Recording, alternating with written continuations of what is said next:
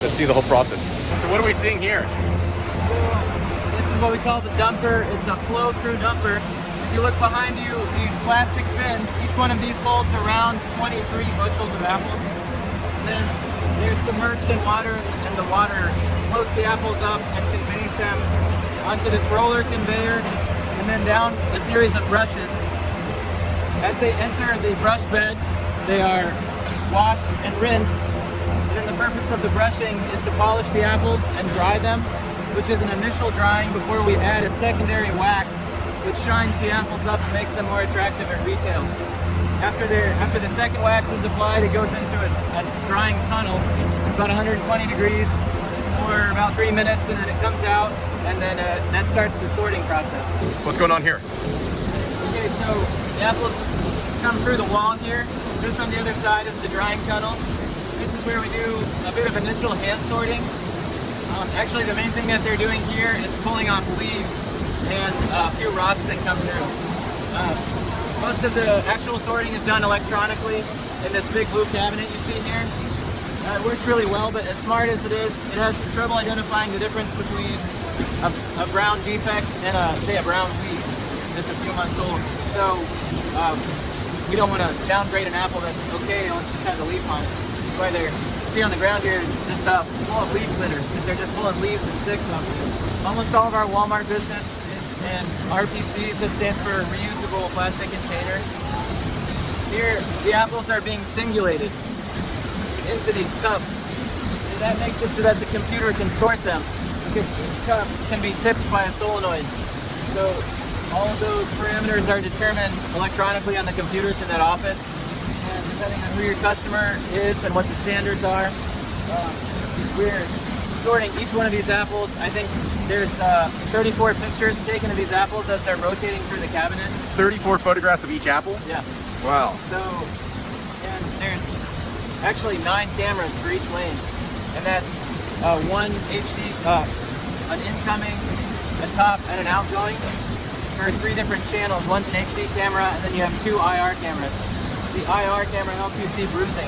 So as an example, if you have a Red Delicious, it's got very dark color on it, and it has a big bruise underneath, you wouldn't be able to see the bruise because there's not much color change on the surface. You can't use the HD camera to do your sorting.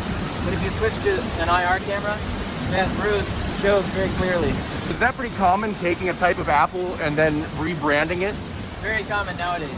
They used to call them club varieties because you have to be sort of invited to be part of the club that markets and even produces the apple. You might, in some form or another, you're going to pay licensing fees to the people that own the patent on the variety. And then you might pay royalties to the marketing group that is controlling the brand. Both in this case, we're paying a per box royalty and also a per tree royalty, and we're paying a licensing fee, which is a sub-license through a big company in Washington, and they pay a license to the owners in Italy. Wow. That's like 6%, so it is meaningful. But the idea is that by controlling the demand for these brands, essentially by controlling the supply, you're controlling demand. The premium for Kiku brand over Fuji is going to be $10 a box. What is that percentage-wise? 25% maybe. 25%. Yeah. It's also very, very sweet. It's the sweetest apple that you'll find on the market. It's sweeter than Fuji, which is already very sweet. Sweetness in fresh fruit is measured in terms of degrees, Brix, B-R-I-X. And as a point of reference, if you converted, say, a can of Coke into Brix, it might be about 12 or 13 Brix. Fuji could be, say, usually 14 to 16 Brix. We measure Kiku brand apples that are like 20 Brix. Oh, wow. 20 to 22 Brix, things like that. So the solenoids are pushing out the bad apples and they go down there? Yeah, so they've been tipped the other way. And now they're being filled in these dry fillers over here, and we'll ship them back out in bins for our juice customers. So all of these are going to juice? All the pictures that it took of that one single apple. As it was rotating through the cabinet there. So it takes all those pictures in about half a second. That's the color. That's the color. there's IR. As I said, some of these defects are more easier to see in IR, and also especially in IR2. The computer thinks like a computer does, right? If you have to make it easier for the computer to do its job, so you have to reduce the colors into ranges. So even though it's taking these pictures, it's not processing your grades based on that much information. It reduces your color to ranges, and then this is what that looks like when that's reduced. And then from that we can say, okay, we want 30% this type of red and 20% that type of red, and we don't want any of that type of a yellow, depending on what our customer requirements are. Now, using Smart Learning tool, now you have a tool where you just run them through, and then you point your magic wand and say, this is bitter pit, and then you do 3, 4 more, 100, and then it learns what bitter pit looks like, and so it makes the job a lot easier. So this is where they put on those annoying little stickers that you always have to peel off. Once a week or so, we have to send the crew through just to pick stickers off of the cups and out of the brushes. It's a lot more annoying for us than it is for the customer. It's receiving a range of sizes, right? But we want to make 3 pounds on all of these stations, so it's batching them. So it's saying we've accumulated, as it's approaching 3 pounds, it knows that it wants to find one that is big enough to make 3 pounds, but not so much over that you're giving weight away. This is how you get those perfect bags in the grocery store. And they're gently rolled in their bag, and now you gotta pull it and pinch it. Nowadays, most of the retailers want fruit back in their own brand. So this is a Walmart brand. Freshness guaranteed, Fuji apples. This is private label? Yeah. No, this is store brand label. That's what I mean. And then that machine there, it speeds them up and it weighs each bag. It's a check weigher to make sure it makes 3 pounds. But it's one of the ways to reduce waste and also basically return some of that value to the producers. You think it actually saves money? Well, sort of. I mean, they use the same RPC for many different kinds of products. So, this is the best way to save them. And if you go to Walmart, you see these everywhere. It's just an easier system. And then when you're done, like this, you'll keep stacking back up. That's it. I guess it probably saves millions of boxes a year. Here you have stacking robots. The robots themselves are Japanese. The company that developed the system is Canadian. It's called Volve. And each one of these robots can stack 4 pallet positions.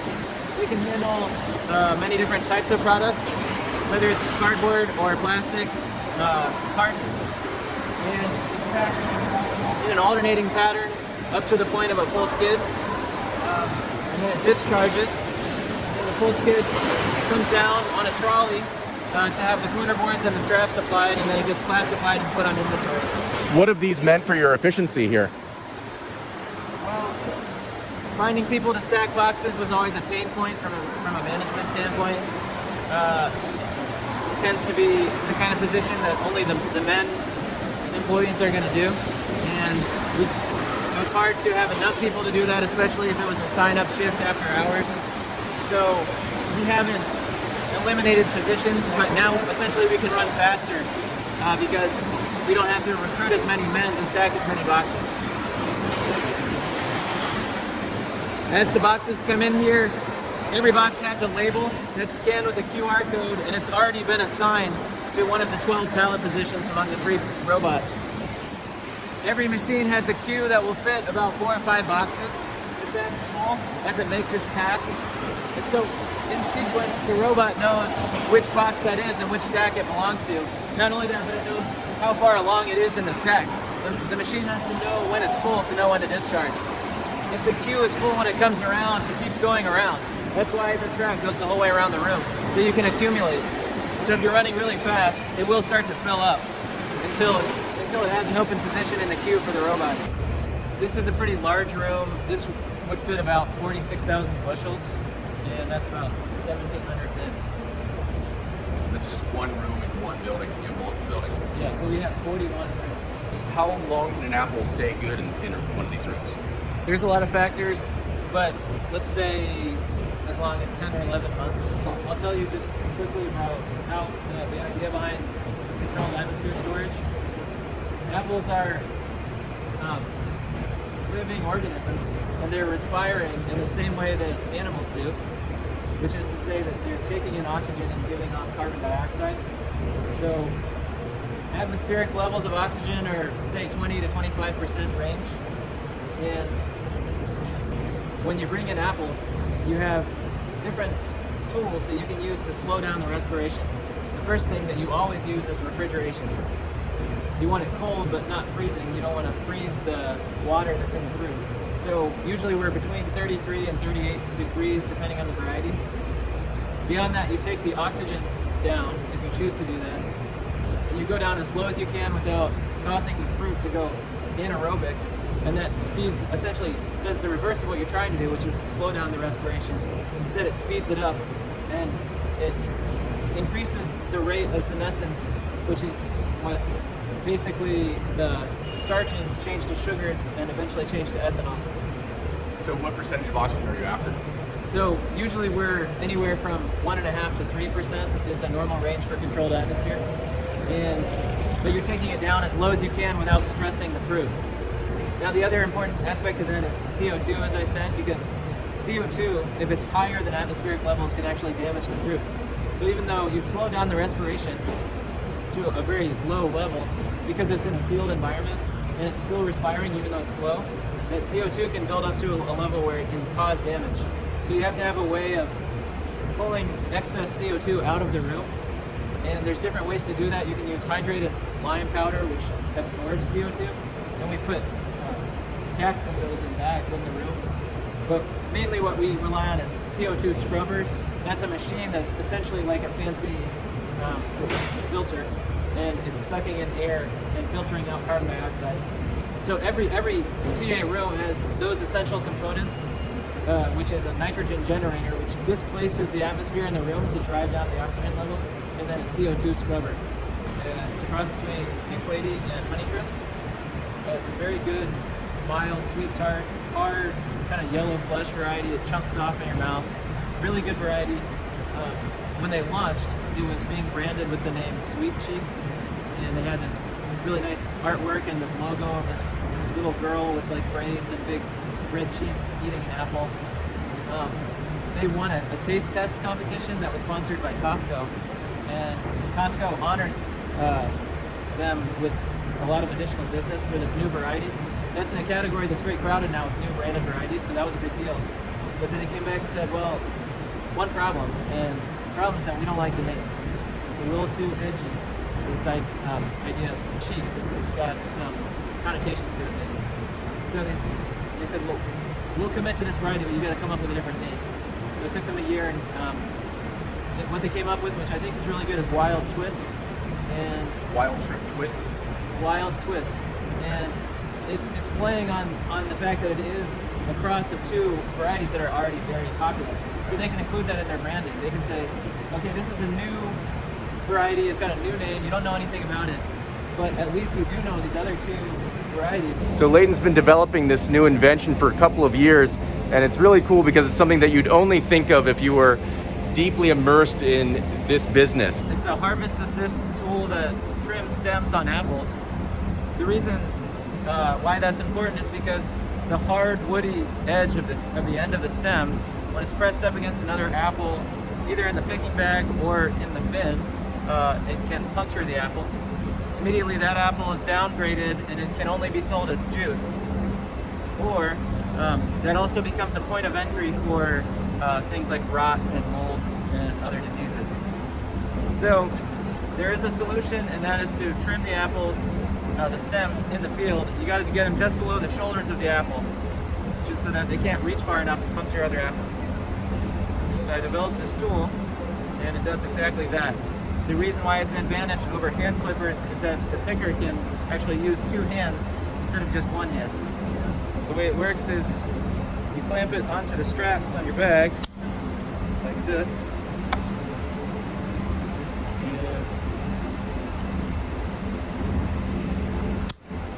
Then when you're in the field picking apples, that one's got a good stem on it.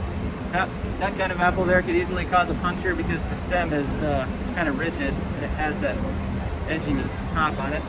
So he's picking with 2 hands, comes down like that, and then in the bag. See, now I just put 2 stems very easily. You see how you have to get them just below the shoulders of the apple? Yeah. And if you're shopping at, you see a nice apple display at a kind of a fancier grocery store, you will see that all the apples the stems are trimmed just below the shoulder there. And as I said, the way they do that now is with a pair of hand clippers. But the growers really hate that because it slows you down so much. Yeah. In fact, it slows you down more than a third. Your efficiency goes down. So using clippers, the efficiency goes down by 1/3, and using this, is there any drop in efficiency when picking? So Penn State did a study. If you're not clipping and you're paying hourly, you're about 15 bushels per hour per worker. When you clip with hand clippers, you go down to 10. With my tool, you're up in the 12 to 13 range. The tool is called Stem Punk. You can see it at stempunk.com. And you're saying that the ROI on this device is somewhere around a week? Yeah. That's pretty good. Yeah. So, picking like that, down, trims the stem.